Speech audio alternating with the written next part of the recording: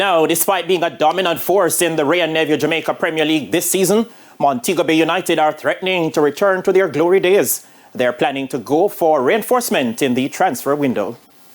Since winning the Premier League in 2016, Montego Bay United have not been the force they were in previous seasons. Last season they came close to making it to the playoffs, but missed out on goal difference to Waterhouse. This season they have started in the fashion of what Montegonians have come to expect, and they could get stronger as Chairman Yoni Epstein gets ready to dip in the transfer market. I don't see much deficiencies in our side, but we can always look to add to the quality of the squad. So we'll be going into the window.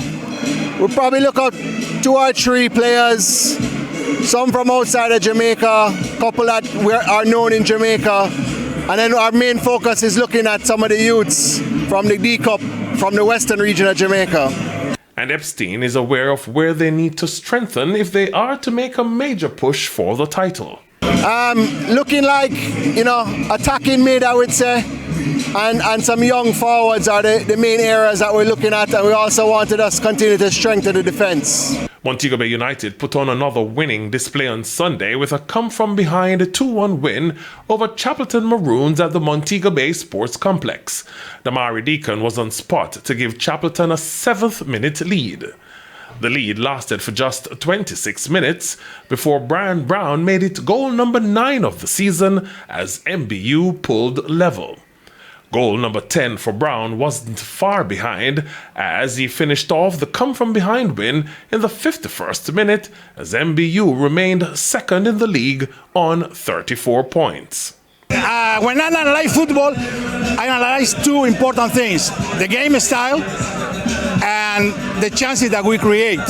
And we have a style which is offensive football, high pressing, and also the team create opportunities.